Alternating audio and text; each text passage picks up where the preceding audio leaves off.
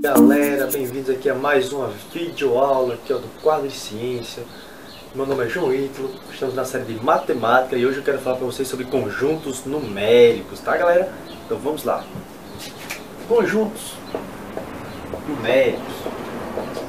Isso daí acho que todo mundo já deve ter visto alguma parte da vida, né? Alguma série aí fundamental. Eu preciso falar sobre conjuntos numéricos, mas agora eu quero dar uma visão um pouco diferente para vocês e porque esse conteúdo é muito essencial para se entender a propriedade desses números, tá?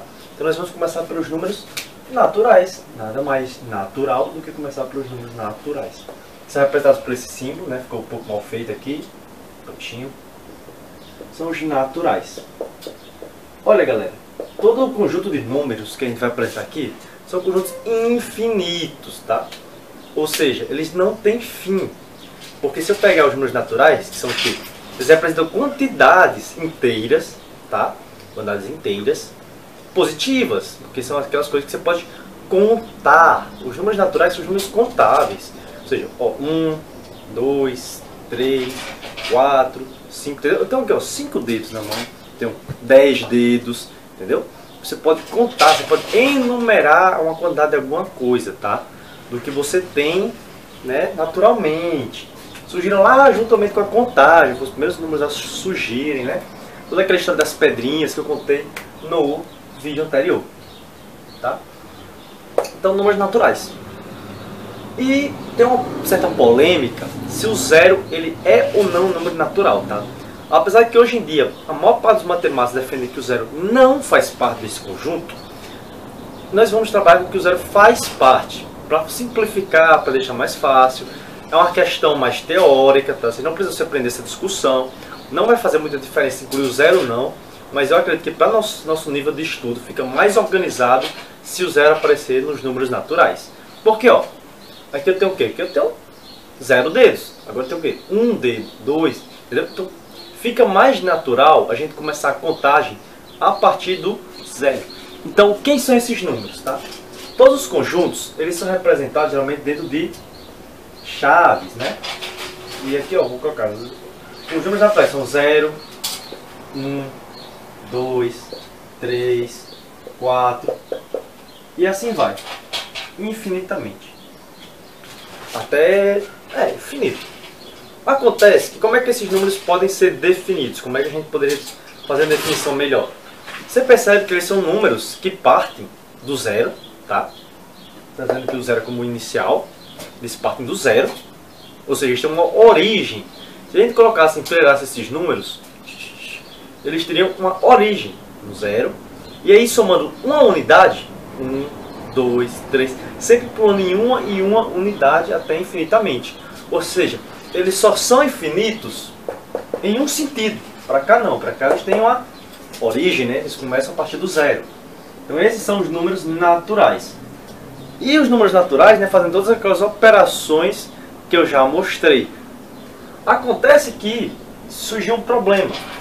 Por exemplo, quando eu tenho 4 menos 2, 4 menos 2, tem um 4 aqui, ó, desconto 2, 2. Ok? Consigo fazer essa operação. Natural menos o natural resultou em um número natural também. Tudo bem, estou trabalhando com conjuntos naturais. Mas quando eu coloco 2 menos 4, surge um problema. Aquilo que eu já expliquei, né? Tipo, você tem um 2, eu quero tirar 4, tirei 1, tirei 2, não tem de onde tirar. Vai ficar faltando 2, né? Vai ficar faltando 2. É como se estivesse em dívida. Sabe quando você compra coisa fiada? Então, aí você não fica devendo para aquela pessoa. No comércio, basicamente, esses números surgiram assim mesmo, para representar uma dívida, né? Para representar algo que tem que ser pago. Então, 2 menos 4 vai dar menos 2. Ah, mas o menos 2 não pertence. Os números negativos não pertencem ao conjunto dos naturais. Por isso que a matemática, né, teve que acrescentar um novo conjunto, um conjunto maior, que é o conjunto dos inteiros. E o símbolo é Z, não é porque é números inteiros. Não, isso aí não, galera. Não. Números inteiros, tá? Começa com Z, né? O símbolo na verdade é com Z, causa de uma palavra da origem alemã, designada para eles, eu vou deixar aqui, né, no vídeo, Mas é por isso, tá? Não é essa brincadeira que o pessoal faz às vezes para decorar o símbolo, não, não. Tá, os inteiros, eles possuem os naturais e eles têm alguns a mais, tá? Que são os negativos. Ou seja, eles têm, ó, eles partem lá do infinito negativo, tá? E vem menos 3, menos 2, menos 1, 0, 1, 2, 3 e assim vai. Ok? Esses são os números inteiros. Você vê que é um conjunto que tem os naturais. Aí eu vou fazer mais tarde uma aula sobre conjuntos, tá? Teoria dos conjuntos. Mas por enquanto, para entender os conjuntos numéricos, você não precisa ter tanto conhecimento, tá? Sobre a teoria dos conjuntos. Mas você tem que entender que esse conjunto aqui, ele está contido neste outro. Ou seja, os números naturais estão contidos no conjunto dos inteiros. O conjunto dos naturais está contido no conjunto dos inteiros. Que é assim que a gente representa matematicamente. Ou então, os números inteiros contêm os números naturais. Tá ok? Tranquilo, né? Bem simples de entender. Tá, vou apagar aqui e vou deixar os números inteiros aqui do lado. Vou deixar os carinhos aqui, inteiros.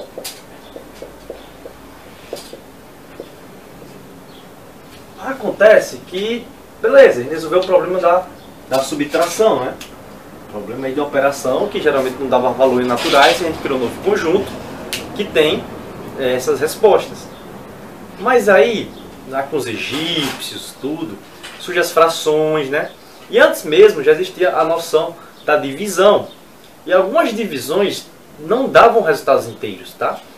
E aí foi preciso criar mais um conjunto. Mas eu vou trazer essa diferença porque na área da informática é importante, porque essas duas operações são realizadas de formas diferentes. E a gente tem que entender também que dependendo da situação, realmente você vai tratá-las de forma diferente. Do que eu estou falando? A divisão inteira e uma divisão, né, racional mesmo. Como assim? Às vezes, em certos problemas, a gente trabalha com o conjunto dos números inteiros. A gente não precisa trabalhar com os racionais. Por exemplo, uma pessoa fala, eu tenho 20 litros de tinta, tá? O problema aqui é matemático. 20 litros de tinta. E eu quero pintar uma parede. Sabendo que uma parede, eu gasto 6 litros dessa tinta. Quantas vezes eu posso pintar essa parede? O cara está querendo saber pintar a parede inteira. Não vale pintar só metade, só uma parte da parede, tá? Tem que ser ela inteira. Então vamos lá, o que a gente faz? 20 dividido para 6. Melhor. Vou colocar nessa forma aqui. 20 dividido para 6, né? Vai dar 3 × 18. Sobra 2. Para esse tipo de problema, 3 é uma resposta ok, né? Você não precisa continuar dividindo aqui para dar 3, alguma coisa. Não, a questão só quer saber o quê? Quantas vezes você pode pintar a parede inteira? Então, somente 3 e vai sobrar 2 litros de tinta. Isso é uma divisão de inteiros. Mas, digamos que em muitos problemas isso não resolvia. Tá? Em muitos problemas não se encaixava a ideia de sobrar alguma coisa. Entendeu? Então, o que fizeram? Bom, criaram um novo conjunto. É o que geralmente os matemáticos fazem. Vocês vão perceber, a maioria dos conjuntos numéricos, eles surgem disso, de problemas cujo os conjuntos anteriores que eles trabalhavam não contém a resposta, não contém a solução desse problema. E às vezes é importante você criar um novo conjunto, né, que tem mais números, que contém a resposta do seu problema. Ok? Então foi mais ou menos isso que aconteceu. E aí surgiu os racionais. Números racionais, é porque são números que pensam? Não, galera, não. Racionais vem de ration, lá do grego, né, e tal, ou é do latim, eu vou deixar aqui linkado para vocês saberem melhor, agora eu não lembro. Mas vem dessa palavra, essa raiz, que significa razão, significa proporção, divisão. Ou seja, são números racionais porque eles surgem na forma de fração, de divisão de números inteiros. Tá? Entendido? Como assim? A definição de um número racional, basicamente, é o quê? Você tem o quê? Você tem um número A sobre B. Eles serão representados geralmente dessa forma. A sobre B, uma fração. Tá? Em que A ele pertence ao conjunto dos inteiros. Já B também pertence, B também pertence ao conjunto dos inteiros. Entretanto, B tem que ser diferente de zero. É uma condição para os números racionais, é aquele número ser racional. Deixa eu lançar essa parte de cima da fração de numerador e a de baixo de denominador. O que acontece? O denominador não pode ser zero, ele tem que ser um número diferente. Ele pode ser positivo? Pode. Ele pode ser negativo? Pode. Mas ele não pode ser nulo, não pode ser zero. Já o número de cima, o numerador, tanto faz. Negativo, positivo, nulo. Ele pode ser qualquer coisa aí. Tá? A condição se aplica principalmente ao denominador. Ok? Então surgiram os números racionais. Eles também podem ser representados em porcentagem, ou eles podem ser representados até com números decimais, números que têm vírgula, tá? Mas isso eu vou trabalhar melhor numa aula só para eles. Então, nosso problema lá sobre a parede, vamos supor que eu tenho 20 maçãs, tá? Vamos modificar um pouco. Tenho 20 maçãs para 6 amigos, tá? Então eu vou dividir aqui 20 para 6. 3 menos 18. 2, né?